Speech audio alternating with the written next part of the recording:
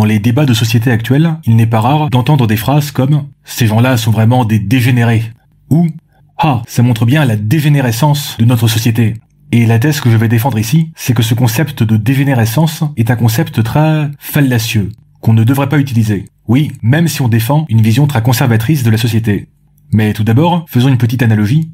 Dans la série Game of Thrones, le personnage de Jon Snow passe son temps à se faire traiter de bâtard, parce qu'il est le fils d'un noble et d'une domestique. Ouais, donc une union impure.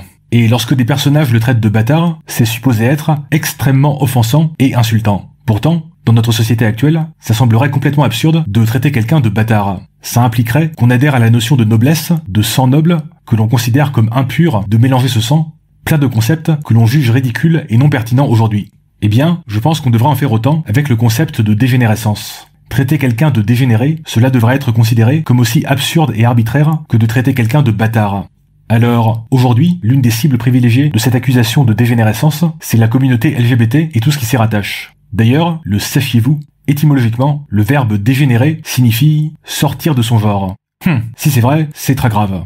Prenons par exemple les spectacles de drag queen. Les gens qui réalisent ces spectacles se feront très facilement traiter de dégénérés. Et si jamais ces spectacles gagnent en popularité, certains y verront une dégénérescence de la société. Alors, on peut très bien ne pas aimer ces spectacles, mais a priori, il y a plein d'autres trucs qu'on n'aime pas spécialement, et pourtant, on n'en fait pas tout un plat. Si ces spectacles agacent tant certains, c'est parce qu'ils ont le sentiment qu'une norme est transgressée. Donc ici, une norme de genre. Et cela provoque chez eux un inconfort mental. Un peu comme l'exemple précédent du bâtard. Imagine, on a une société bien ordonnée, avec d'un côté les nobles, de l'autre les non-nobles, et là, tout d'un coup, on a un bâtard dégoûtant qui mélange les genres, qui brouille les frontières. Burk. Il faut donc soulager cet inconfort mental en insultant ce sale bâtard, en le marginalisant, en le persécutant. Pourtant, ni les bâtards, ni les LGBT ne causent de tort clairement identifiable. Ici, c'est leur existence même qui est considérée comme un problème. Parce que leur existence ne rentre pas dans certaines cases et que cela fait désordre. Ce qui, pour certaines personnes, est manifestement très contrariant. Et derrière cela, il y a souvent l'idée, plus ou moins inconsciente, que s'il y a trop de dégénérés, trop de dégénérescence, eh bien, la société va aller dans le mur. Ouais, un peu comme cette idée étrangement répandue que si l'Empire romain s'est effondré, c'est parce que les Romains faisaient trop de partouzes géantes. Les historiens en PLS. Mais admettons que ce soit le cas et que cela conduise, sinon à l'effondrement de la société, du moins à sa détérioration. Eh bien, si on pense cela, on devrait être capable d'expliquer le lien logique de causalité entre cette supposée dégénérescence et une détérioration bien concrète de la société. Donc, je sais pas, baisse de l'espérance de vie, régression technologique, diminution du bonheur général, autrement dit, avoir un raisonnement conséquentialiste. Et je ne doute pas que des personnes conservatrices seront capables d'élaborer de tels raisonnements. Mais du coup, cela les obligera à avancer des arguments bien concrets, qui pourront potentiellement être critiqués, voire réfutés. Alors que si on se contente de parler de dégénérescence, on reste dans une sorte de flou artistique qui empêche de réfléchir rigoureusement, qui empêche de poser des mots précis sur ce qui nous dérange. Et faire cet exercice, essayer de poser des mots précis sur ce qui nous dérange instinctivement, cela peut parfois conduire à réaliser qu'il n'y a pas vraiment de problème, en fait.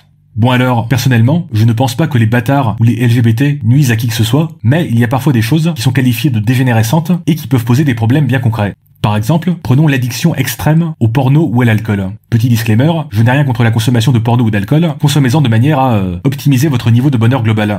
Les gens qui sont dans une addiction extrême au porno ou à l'alcool auront tendance à être qualifiés de dégénérés par pas mal de gens. Et autant je réfute ce qualificatif, autant on ne peut pas nier qu'il y a un réel problème, qui peut gravement impacter leur qualité de vie. Mais du coup, le problème, c'est l'impact sur leur qualité de vie, et pas cette supposée dégénérescence. Et en traitant ces personnes de dégénérés, on les stigmatise de manière cruelle et stérile, au lieu de chercher des solutions concrètes à leurs problèmes. Pire, en faisant cela, on peut se laisser aller à penser que stigmatiser et persécuter ces personnes, c'est une façon comme une autre de résoudre le problème. Autrement dit, le concept de dégénérescence est une entrave intellectuelle qui empêche de réfléchir rigoureusement aux problèmes de la société et d'y apporter des solutions constructives, ou de réaliser qu'il n'y a pas de problème, dans de nombreux cas. Et c'est également un terme extrêmement dangereux. Pour prendre le cas le plus extrême, dans de nombreux cas de génocide, eh bien, préalablement au génocide, le groupe humain visé était souvent qualifié de dégénéré et autres qualificatifs déshumanisants. Ouais, ce n'est vraiment pas un terme à employer à la légère. Et du coup, si vous avez une vision conservatrice de la société, mais que vous valorisez un minimum la rationalité, je pense que vous devriez abandonner le concept de dégénérescence et vous demander quelles sont les conséquences négatives concrètes des choses qui vous dérangent instinctivement. Alors, que pensez-vous de tout ça? N'hésitez pas à le dire en commentaire.